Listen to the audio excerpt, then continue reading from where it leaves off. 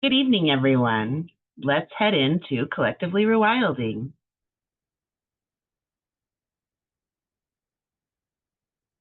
All right, here we are in Collectively Rewilding, and a few things have changed, not too tremendously. We have a new logo up there at the top. That's the biggest noticeable change. Hopefully, we should soon be seeing some additional work from Miss Julia I think she's down to the resource library. And so she has a few more collections to work on for the icons and the placards. And I'm awaiting instructions from her on what I should work on next. So kind of nice, have a little lull for a minute where I'm not too actively busy building and creating in the background. Still lots of little changes to slowly roll out as we continue on. We're definitely all starting to feel better here in the house, and we were able to work on the yard some. Still just continuing on. We're now battling the saplings more and more in the space from cutting down the trees. This weekend, we were going to try to utilize, I hate it, but we're going to go ahead and use a chemical that is specifically for aspen trees to eradicate this problem, because they have just continued to get more and more invasive in the front yard since we cut the trees down. And of course, we knew that this was a possible part of the process.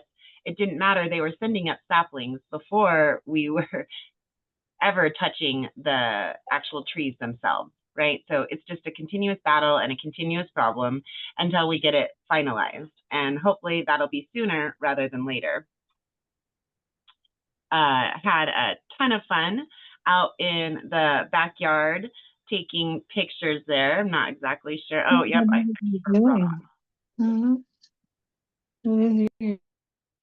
Sounds like my mom is talking to her cat there. And I had a ton of fun, though, out in the backyard taking pictures. It's just a wild mess, quite literally, but it's definitely got some highlights. You can see where the sunflowers are starting to turn into sunflower seeds, and all of just the tremendous life in the side yard over there. So much going on, these huge volunteer native sunflowers all throughout the area. Some pretty little purple flowers that just started popping up. And this is a funny little sunflower. It blew over in one of the windstorms, and it's continuing to grow on its side. This is the second sunflower in a row, or a year in a row, where I've had a sunflower that grew on the side. I think it's just so hilarious and wonderful to see nature continuing to just push on through no matter what goes on. On the same note, with the sideways growth, the aspen trees are like that as well. They will lay down and try to avoid the lawnmower. And it's amazing how many different styles of tactics plants take to try to overtake the land back from what we've done to it, right? And so lots and lots of life in the backyard. Still just working on finalizing the dirt and the trees and all of that great fun stuff. Lots and lots always to do, but nothing too big to showcase, right? So I thought that perhaps we would go over again the structures that we're putting into the backyard. I have them so intimately in my mind that I don't even have to think about it, and I know exactly what I want to do and what they're doing, why they're doing it. But there are multiple pieces in this project that we're doing here for the Collectively Rewilding Garden that are implemented to make use of natural storage for water in the land. And most people don't really necessarily understand what all of those processes are. So let's go through the overall list that we have for the garden here in Collectively Rewilding. The main structure that we have dealt with is the Walipini, and that is not actually for water. That is for the underground, partially submerged greenhouse. And this is completely submerged. This example that the AI overview is being provided through Google Chrome here. They don't want a Walipini here. They have something, a hybrid earth chip maybe. Here's a Walipini. That is the most hardcore Walipini I've ever seen. Let me see if I can make that bigger for you guys. Wow. Okay, so this is the one that Gemini has.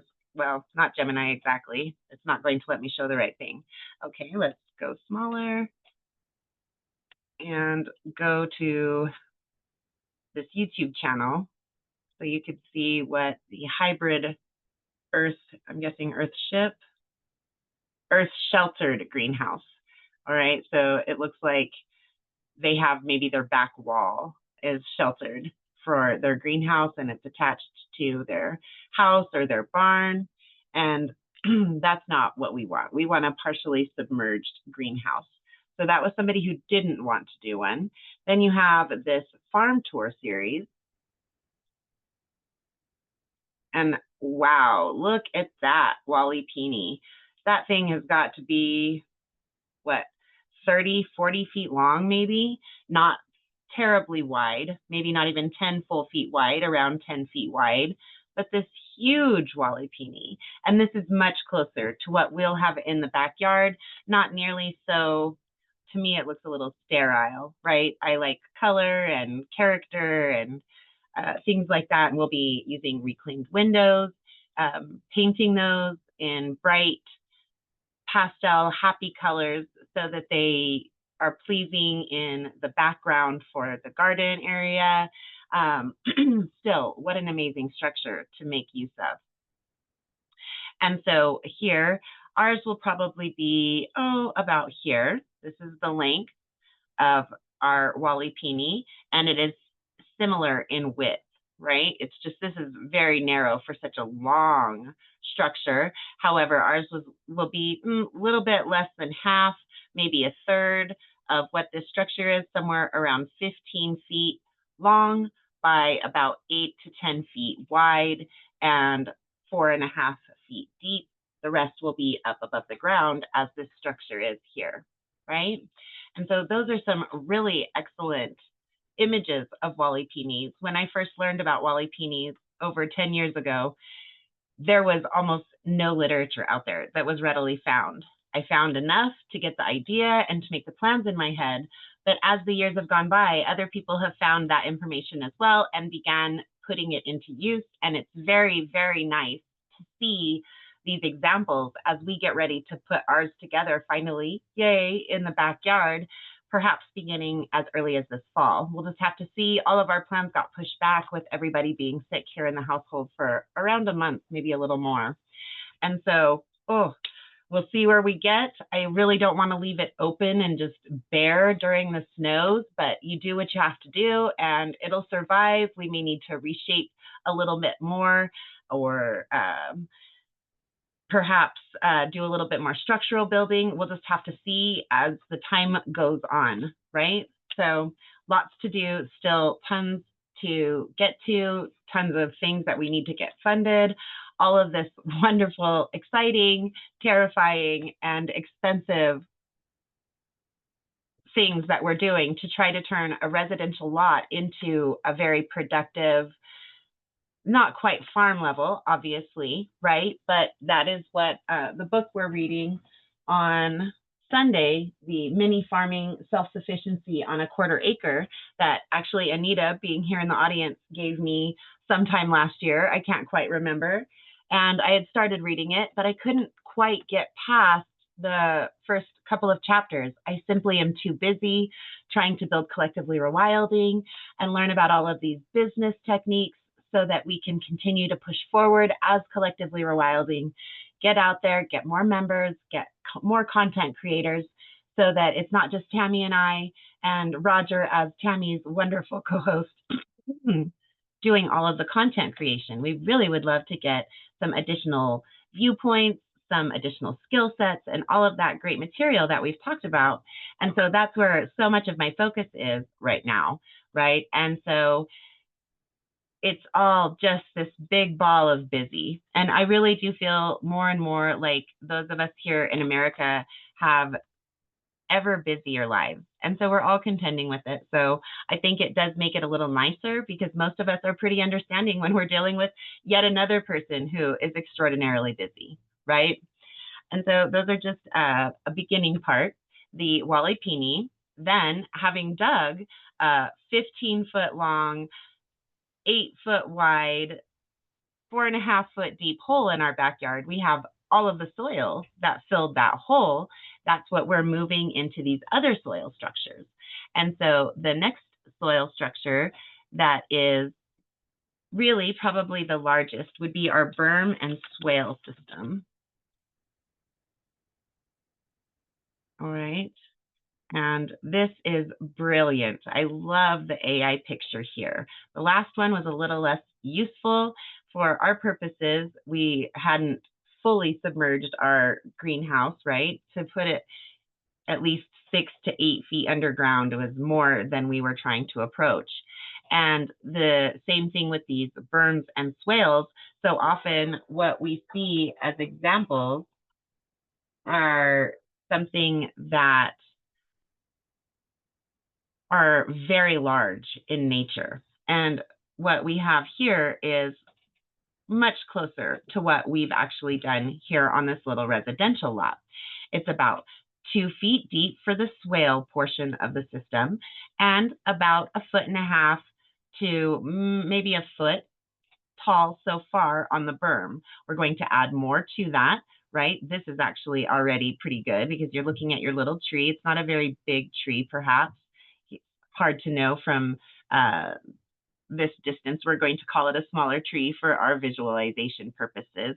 And so you have this eventually about 2.5 foot berm and about a 2 or 2.5 foot inch swale.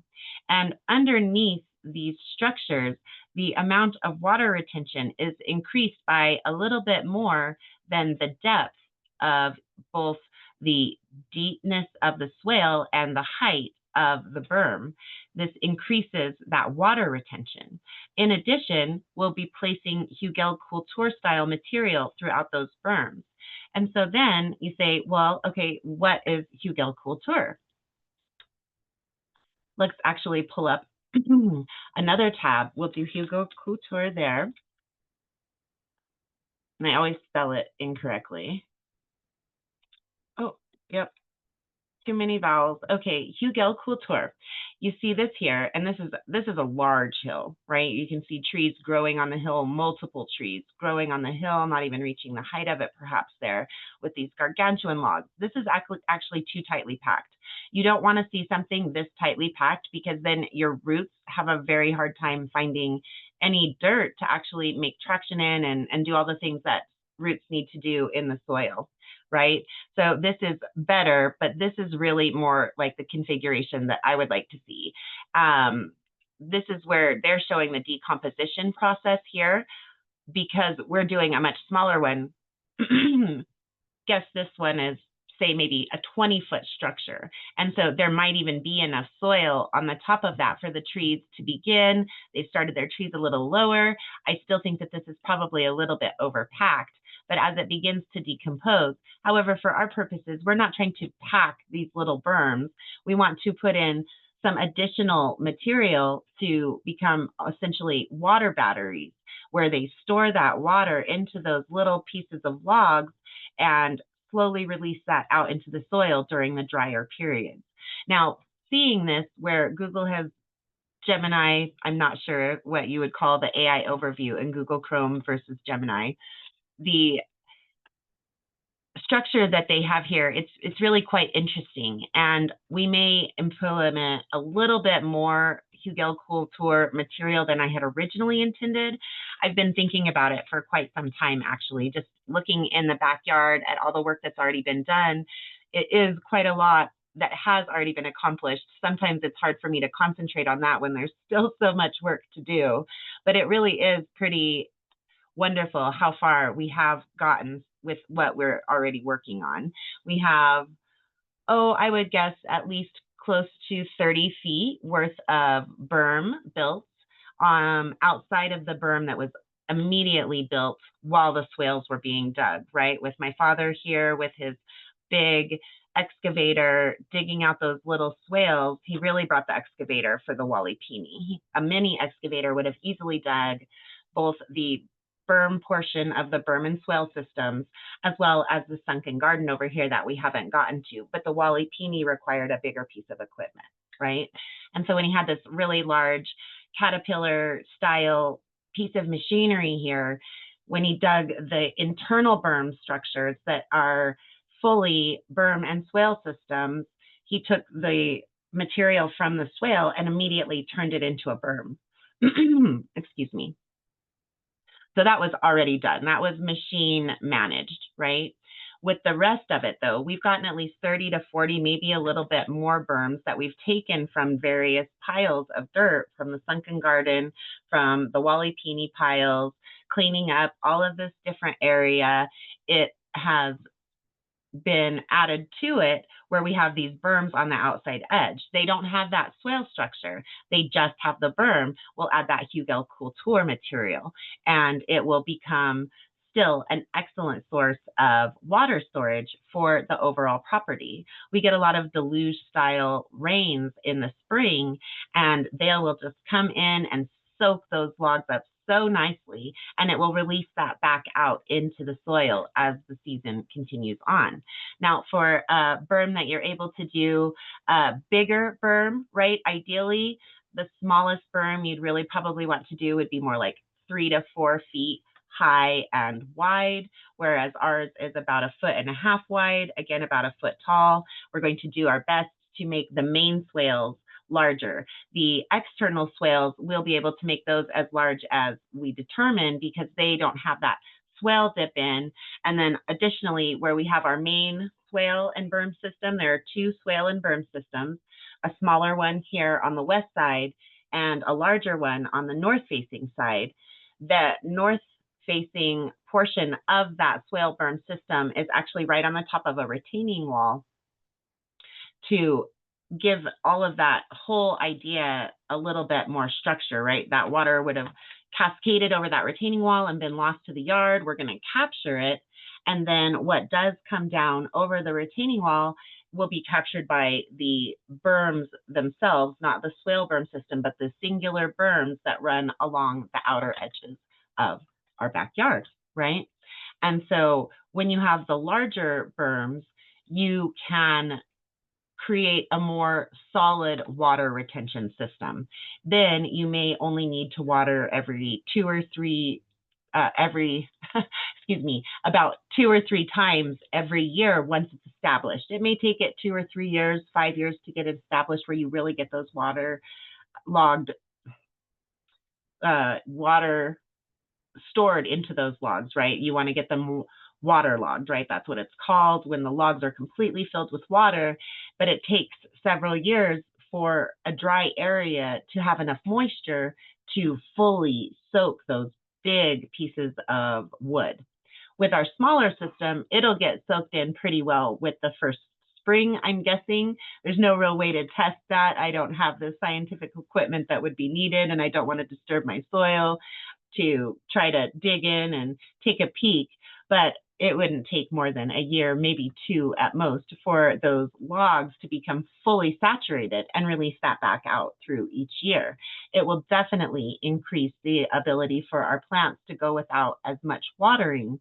We're not probably going to be able to get to the level we could if we were able to create larger structures.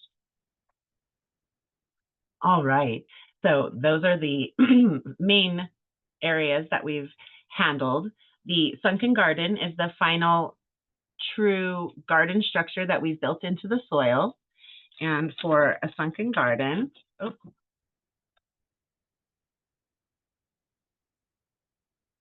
no, that's not what we're looking for. I didn't think so. I had never seen that. I'm going to actually save that and come back to that. Let's pull up, we have one over here.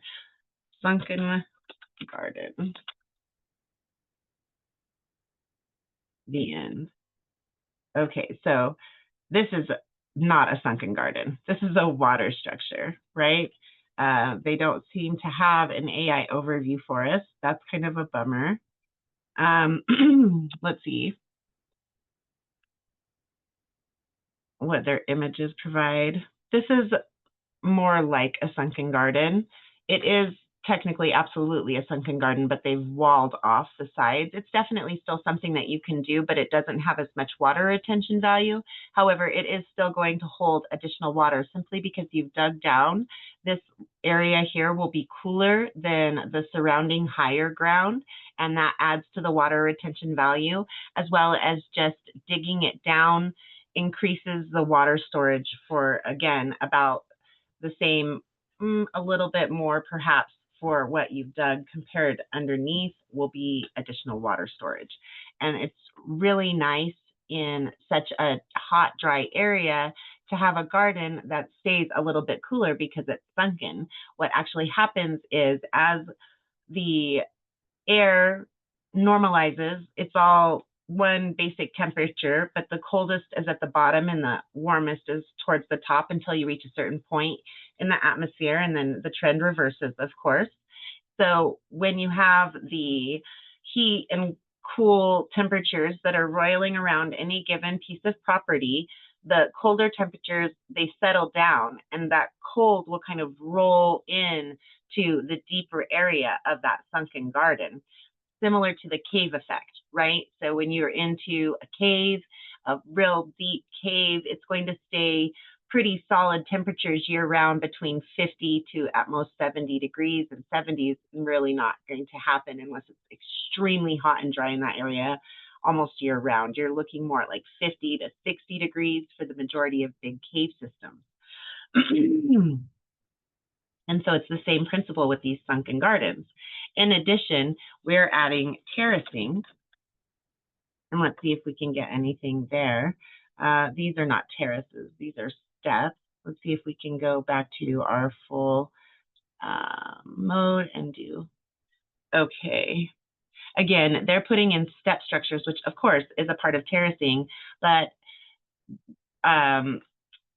we're talking about terracing for growing. Let's see if that will provide a better, that's fine. Let's try it with their suggestion.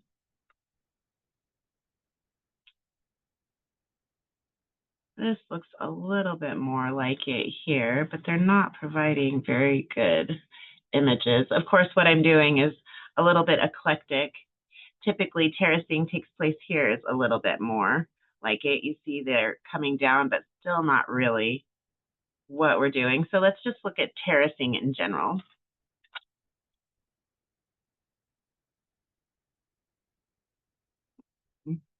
Let's go with mountain terracing.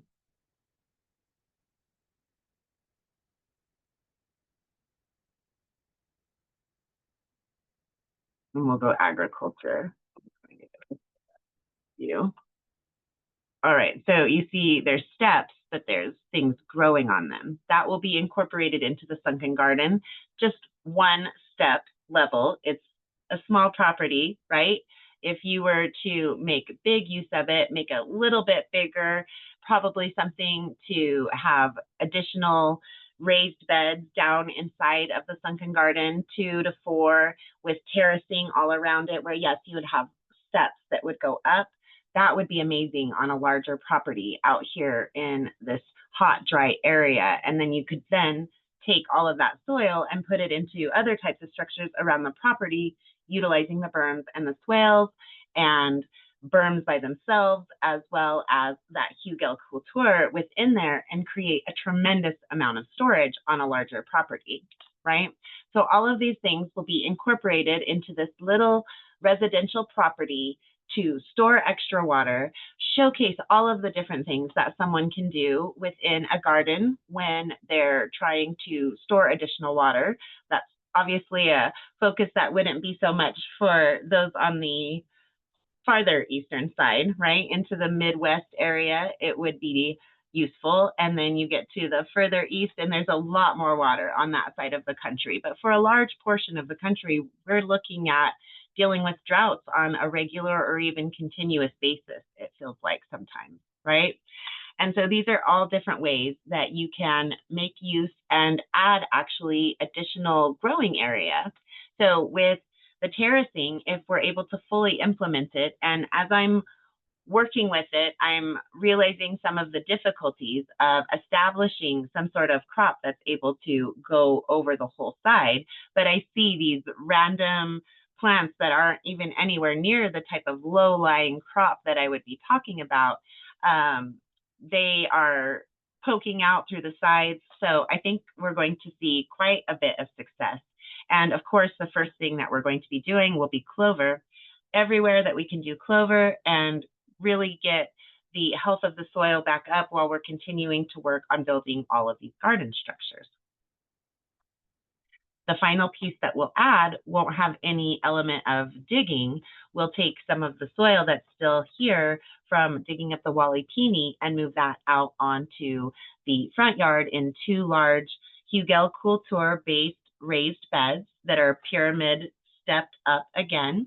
And the reason that increases your space is it separates your plants and gives them each a very nice little depth. And so you have additional ability to kind of pack your plants in, and we'll be using the square foot gardening method and the bio-intensive method, all of these different really tightly packed crops.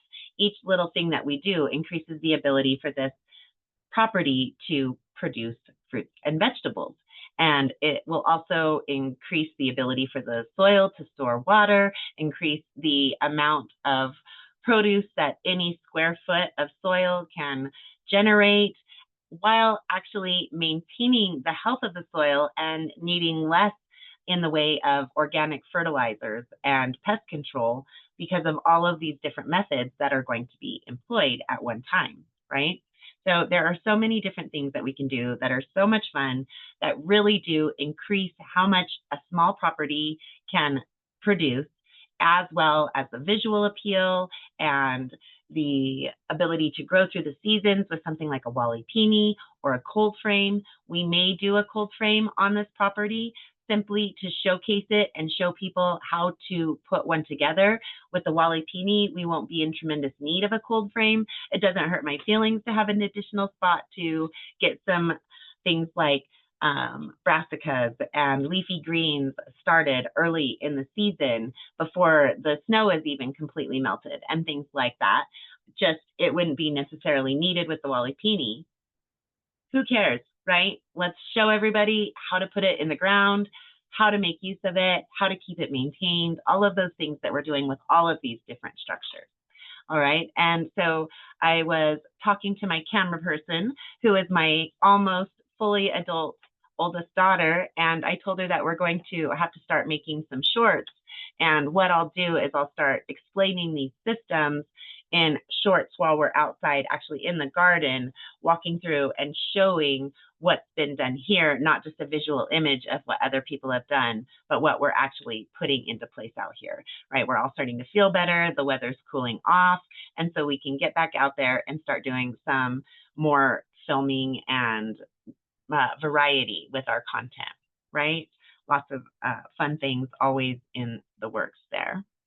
All right, everybody. Oh, and we do have one final structure. We'll bring some additional soil from the backyard to the side yard here with a raised bed, and there will be an arbor that we place over it, covering with different types of crops where there's a natural growth, not natural exactly, let me rephrase that, where there is an arch to grow things like loofahs, red green beans, isn't that fun? Red green beans, roses, grapes, and it seems like I had one other crop that I wanted to add onto the actual arbor structure there. And then inside the overhang, inside this nice shaded area that will create, nasturtiums, I believe, was the other item that I want growing over these trellises and these arches. Inside of that, it'll be wide enough that we can have a thin shed of raised beds down the middle, something where you can walk through, right? So that it's not this big blocky structure that you can't get through. I want to be able to get back and forth, but do internal raised beds inside this shaded structure for things like cucumbers and strawberries. And one of the methods that we talked about, months and months ago in class here, were these cucumber tents, where you build these little triangular shaped structures in a bed for your cucumbers to grow up, which would again create additional shade for the growth area under that. And that's where we'll put the strawberries, extending the season quite tremendously for what the strawberries can actually produce and provide those nice, beautiful red strawberries, right? So lots of variety, even though we're on a little bit less than a 1/4 acre lot for a residential plot here for Collectively Rewilding Garden. All right, everybody. I saw that Kendez had given us an update on his cucumbers. Kendez, did you want to take the floor and tell everybody about it? Oh yeah, I mean they're growing still. I mean there's still some that are I guess I got 8 that are just growing strong. I eventually put some grass clippings in it, put some mulch because we've been having rain like last all of last week. So I was like, why don't I just capture that rain a little bit better with some mulch? And but there are 3 that are kind of like, you know, we're still here, and then The struggling ones over here. I got to load that one. And then you have this beautiful aloe vera here in the back. Mm-hmm. Can you leave your aloe vera out year round? Yeah, Wow. I'm supposed to bring it in because I don't know, But but it it's survives if you leave it outside over the winter. well, I don't know. Can I leave it outside during the winters? I mean, it doesn't get super unless it's like super duper cold. Like I'll probably just bring it in. Mm-hmm. For the most part, I wanted to get as much sun as possible that it can handle because it's still growing. Like even the pups that are growing, they get into a size that I might need to take them off, but I want to wait before I, just took them off. I gotta do some research on when's the best time to do that. Oh, well, Tammy is here, and Tammy is the aloe vera queen. Tammy, please help the gentleman I avoid even needing to I'm do much research, I'm I sure. am no queen for sure. I leave mine out all year round. They're not house aloe plants, to my knowledge. Well, I was talking more about transplanting it, right? You guys are in 2 totally different climates, both a well, lot warmer than where I'm at, but like the nation apart almost, right? transplanting the So aloe. Is that what you're asking? transplanting the aloe vera, yeah. uh, there's like specific like cactus, what do you call it? Mulch for that specific type of plant. I tried it in like just regular top soil, the regular stuff that you get at Walmart. I Oh, tried that, and it wasn't like uh, you know what I use? what do The you? the dirt like Yeah, right by that's what I use. the Sand. firewall. I use I mix it like so with my sand. I mix it with the cactus mulch thing that I got at Home Depot. It's a I'll take a soil sip mix. of it. Mulch is what goes on top of the soil, right? Well, it's like it's specifically for cactuses and succulents. I'm not Exactly. quite sure what it's It's called garden soil, yeah, cactus soil, not mulch. Mulch would go yeah, on top of it. yeah. I'm not quite sure, but yeah, it's soil. So I haven't used that quite yet, but I'm going to use that. I haven't transplanted a lot of them, but I did. Oh my gosh, are you kidding? You broke up. Yeah, You yeah. So those ones are doing great. The little baby ones are, they're still thriving. They're just, it's winter, it's summertime, so they don't really start blooming until like it takes like a year, for like summertime they'll start, I think. Like I haven't they only have a couple, okay, so that have like actually produced flower, okay? Because they're like as you see them, they're so crowded in one bucket. So I'm starting to take them apart so they can all be females, or because they're asex, right? They're not even sexed until they tell you, kind of thing, right? With aloes, Sabrina. I don't have a tremendous amount of experience with aloe. Yes. My mother has more. You have a lot more, but you're wanting to say you don't have experience. Look at all of these aloe vera that she planted or transplanted. I cut them a lot because I've been moving them around to see exactly what area, because like here, the sun goes up and around and all around. So I kind of have to like move them around to figure out exactly what spot really works for them. And right now the shade is working really good for them, because if you put them too much in the sun, they will burn. So you can cut them, and that's what I did. I cut them back. You can cut them back. So that's what I did, and they're growing great in the shade. So yeah, not too much in the sun. Yeah. But so he's talking about transplanting these. You didn't use the cactus soil. You used regular soil for them. Yeah, I used straight out of the garden. Yeah, the Walmart brand. Okay, so topsoil or compost or something like that. Yeah, I don't have a photo in front of me or picture or the actual bag in front of me, but yeah, it's something. I think it's potting mix. Not quite sure, Sabrina. I don't want to like say that, but I'll take a photo of it and then I'll post it. But that's what I use, and it's not really working the best. Like I feel like I have to keep watering it because it's so hot, So, but it's good just to get them moisturized. But other than that, I haven't transplanted any other ones with the new bag that I want to do.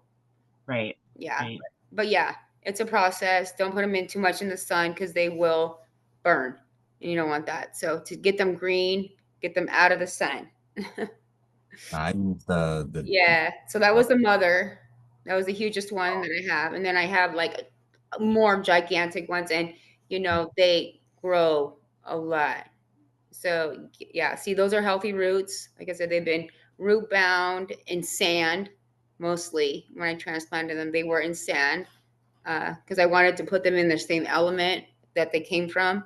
So, but now that I want them a little bit more healthier, putting some soil and making them a little bit more healthier, hopefully produce good ones, But yeah, it's still a process. I'm still separating them. Oh wow, you still have more that you have to separate. Oh my goodness, I still have like 5 or 6 of them buckets. They're like that'll turn into like 6 plants. Oh yeah, for sure. Wow. And they're just like little babies that are growing So out. these are the ones that you might start selling online? Yeah, for sure. Yeah, totally. Like I want to sell them all. Like I could just keep like a few, as long as I have the mothers, because they're pollinate, and I have so many of them. It's so much.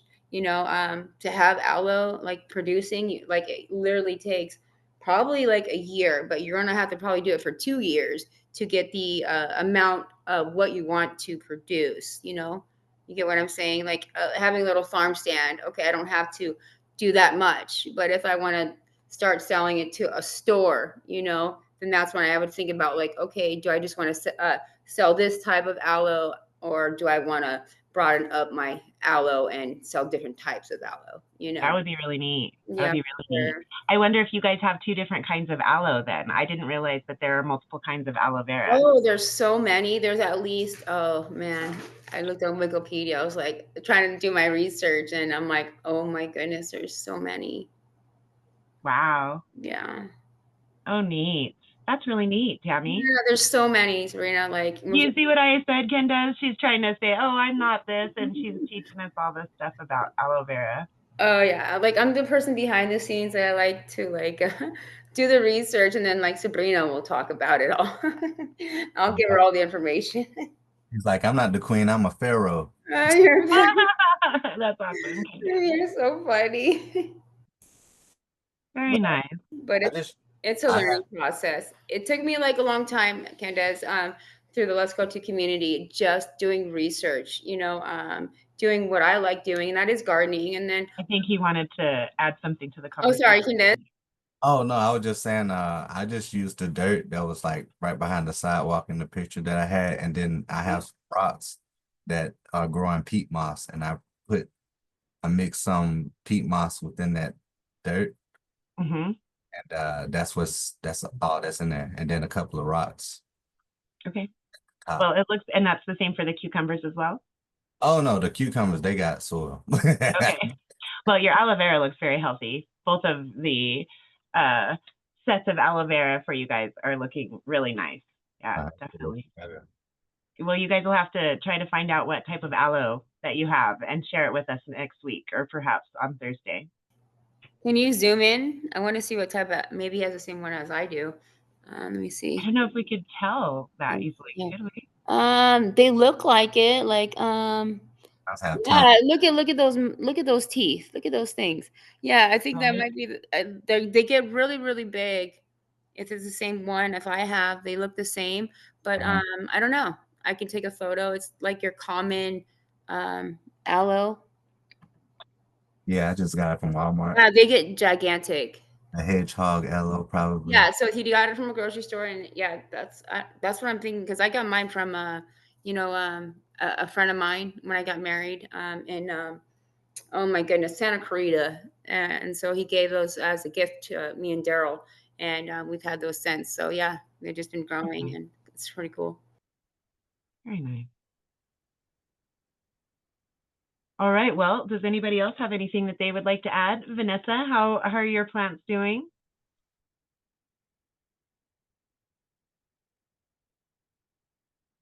See if she's still here with us. Or maybe she stepped away from her device. Oh, there you go. I'm sorry, I had to get to the phone. They're not doing good, and Hmm. I'm leaving to Texas Oh, at 4:30 in the morning. So after this class, I'm gonna go to bed. But yeah, so I don't know how they're gonna be when I get back. well, we wish you safe travels. And that actually reminded me of something that I wanted to say to you guys. With this area that I've invited you all into, right? That you guys are the behind the scenes preview ready gardening planner area. This is going to be what I think will change the tune for those of you who are struggling next year. It's going to be really, really friendly. You know, so much of what we do in LH2, I have brought here to our community and collectively Rewilding because I believe that Matthew Lesko really does things very generously, very caring and very friendly, very open and honest and transparent and supportive and encouraging, and all of these beautiful community attributes that we experience in LH2, I wanted to bring over here into CR. And one of the things that we're working on for both of those collections is reminding people and getting them on task and helping them to stay where they have their focus needed with gentle, friendly nudges and reminders that are going to go out in the community and out through emails to keep us, oh gosh, she's right. I'm going to run out of time to start my own seedlings if I don't get that done in the next week or two, right? And to get those friendly reminders, setting up things, if you know you travel a lot, Vanessa, setting up things like timed, I can't think, the little hoses that you can do drip irrigation, right? Little sprinkler. There's another, beyond drip irrigation, there's another type of small line that you can put into a garden bed. And I can't think of the name, but both Callie Kim Gardner, let's just take a peek at that. Both Callie Kim 29 Garden and MI Gardner, they talk about things like that quite a bit. And I'm going to build that out into our content as well next year. That will help us when it's time to put in different sorts of irrigation that will keep our plants alive. If we're going to do something like go on a vacation, to do that early rather than late, right? Getting that all set up when it's the right time to think about trellising. If we want to add trellising for things like pole green beans and pole tomatoes instead of the bush style tomatoes and the bush beans. all of these different pieces will help us to really get it down. And also some of the strategies that we've talked about this year, you know, getting a smaller amount like Ken does, where he just has one type of plant he's really focusing on, and he can really make sure that those cucumbers do well. And starting off with something that you really have the full feel of control and comfort with. So all of those things I'm hoping will help us through our next season of growing, right? Does that sound comforting? Does that sound helpful to you, Vanessa? Yes, that does. So glad. All right, guys. Well, let's go ahead and, oh, and Anita, how are your plants doing? I think she was here with us. They're not doing real well. No, too hot. Just I'm having a hard time getting the right amount of water on them. So. And so are they getting yellowed in color? Like, what is it that's showing you that the water is your problem? Are they drying out? Well, they're just, yeah, they're just not flourishing like that I think they should be. So I'm wondering for you if it's not because of the timing that you started. If you maybe even, let's see, it's a little too late this year, but instead of going and getting the transplant type plants that you got this time, if you started at the same time a wildflower garden from seed might do better. yeah, I'm going to do that next year. Next spring, I'm going to get wildflower seeds. I want hummingbird and butterfly,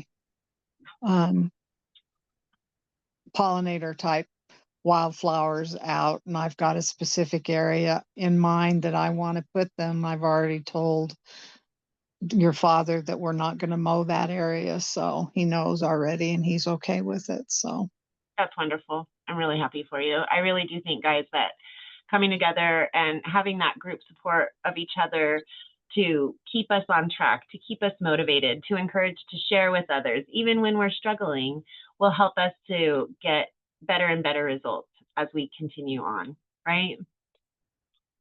All right, guys. So let's check out our calendar there. Oh, and Miss Wendy, have you started anything? I did happen to see that you had popped in. Were you able to start anything? Are you going to start anything this year, or are you going to start off fresh with the new year? No, not yet. I have spoke to Tammy earlier. I told her I procrastinate a lot, but I have to just do it. So well, so let's just make that thought right now that we'll all work together starting in January, so that it's not this big struggle that we're hitting at March or May, that we just take it in small intervals, little chunks that we can really handle, and we get together and encourage each other and support each other as we take those small first steps into bigger, better, healthier successes, no matter how small, right?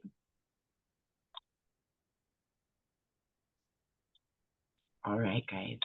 So this Thursday, hope to see you all again. That will be at 7:30 p.m. Pacific, 8:30 p.m. Mountain, 9:30 p.m. Central, and 10:30 p.m. Eastern for Gardens and More Q&A. And I hope you all have fabulous evenings wherever you are and get your week started off just wonderfully. Please feel free to unmute everybody and say good night. good night, everyone. good Good night. night. We'll see you tomorrow. Bye. Everyone have a good evening. Good Bye, night. everyone. Good night. Right.